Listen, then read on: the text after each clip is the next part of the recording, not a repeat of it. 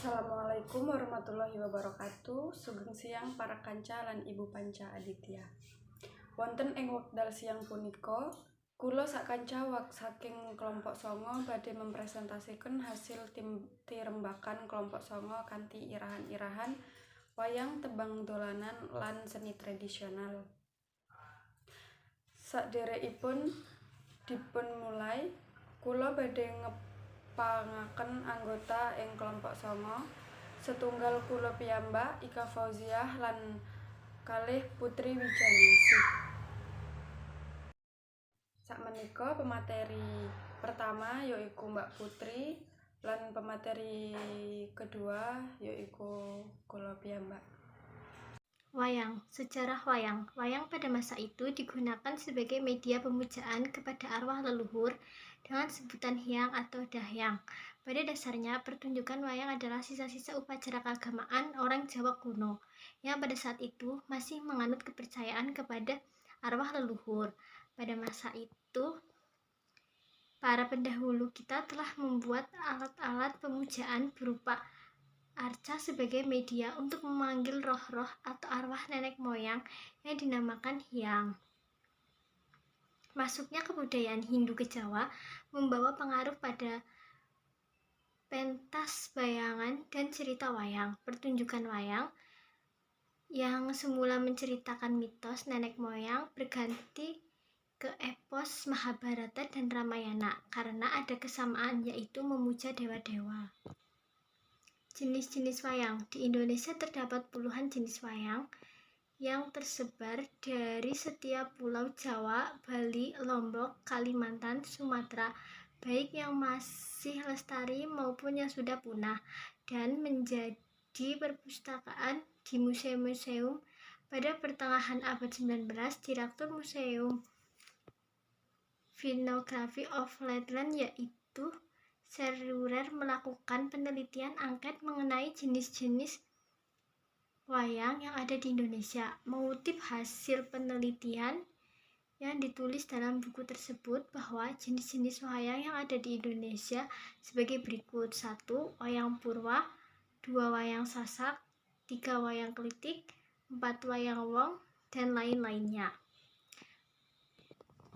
Fungsi wayang. Fungsi wayang adalah sebagai media efektif dalam menyampaikan pesan, informasi, dan pelajaran. Wayang dulu digunakan sebagai media efektif dalam menyebarkan agama, mulai dari agama Hindu sampai agama Islam. Karena begitu luasnya wayang lainnya saat itu, eksistensinya masih kuat dan digunakan untuk berbagai keperluan. Selanjutnya, wayang mengalami pergeseran parah, yaitu sebagai media komunikasi sosial. Peran ini lembar laun mengalami pergeseran hingga wayang hanya sebatas hiburan atau tontonan. Ditinjau dari aspek seni pertunjukan, fungsi dan peran pertunjukan wayang purwa dapat dirinci sebagai berikut. 1. Sebagai sarana ungkap orang Jawa dalam memahami alam semesta baik rohani. 2. Penghubung antara budaya tradisional klasik dengan budaya tradisional kerakyatan. 3. Frame of reference dalam menyeimbangkan ekspresi moral, keindahan, seni, peribadatan, dan hiburan. Untuk yang kedua ada tembang dolanan. Untuk pengertian tembang dolanan merupakan istilah bahasa Jawa yang berasal dari dua kata tembang dan dolanan. Sementara dolanan berarti dari kata dolan yang artinya main. Tembang dolanan termasuk ke dalam genre folklore, yaitu folk songnya yang dinyanyikan bersama-sama secara berkelompok dan dilakukan secara serentak dalam suatu permainan anak. Menurut Jan Harold Bunyang, tembang dolanan termasuk folk song adalah salah satu genre atau bentuk folklore yang terdiri dari kata dan lagu yang beredar secara lisan di antara anggota kolektif tertentu, berbentuk tradisional, serta banyak mempunyai varian. Tembang dolanan termasuk ke dalam folk songnya merupakan permainan rakyat yang cenderung melibatkan banyak anak. Untuk jenis-jenis tembang dolanan, yang pertama, tembang dolanan disesuaikan dengan permainan yang sedang dimainkan. Maka dari itu terdapat dua jenis tembang dolanan, yakni 1. Tembang dolanan gagrak lawas, yaitu jenis-jenis tembang dolanan yang tidak diketahui nama pengarangnya dan bersifat klasik sehingga makna lagunya sulit ditebak. Contoh pendisil, wajib padi murid, jaranan, lan ilir-ilir. Kalih tembang dolanan gagrak anyar. Tembang yang satu ini yakui modal baru dengan makna yang mudah dipahami dan identitas pengarang yang diketahui. Tembang gagrak anyar sendiri diciptakan belum terlalu lama, yaitu di abad ke-28 tahun 1900-an. Contohipun yakui Gugur Gunung karya Ki Nartosabdo, Solo Berseri dan Mas Sopir karya Ki Anom Suroto, serta Wonogiri Sukses karya Sarwanto. Contoh tembang dolanan, yaitu di sini terdapat contoh tembang dolanan yaitu lagu Jublek-Jublek Suweng. Kemudian makna lirik yang terkandung pada lirik Jublek-Jublek Suweng adalah untuk mencari harta, janganlah menuruti hawa nafsu, tetapi semuanya kembali ke hati nurani yang bersih, tidak dipengaruhi hawa nafsu. Dengan hati nurani akan lebih mudah menemukan kebahagiaan dan tidak tersesat jalan hingga lupa akan akhirat. Dari segi kultural, lagu dolanan Jublek-Jublek Suweng dapat memberikan ajaran kepada anak agar tidak menuruti hawa nafsu, menjaga harmoni dengan alam, sesama manusia, dan orang tua. Kemudian ada seni tradisional. Secara etimologi, seni berasal dari bahasa Sanskerta, yaitu sani. Seni merupakan sesuatu yang mengandung unsur estetika dan mampu membangkitkan perasaan orang lain. Seni merupakan hasil karya yang diciptakan oleh manusia melalui ide atau gagasan yang memiliki nilai estetika dan mampu membangkitkan perasaan penikmatnya.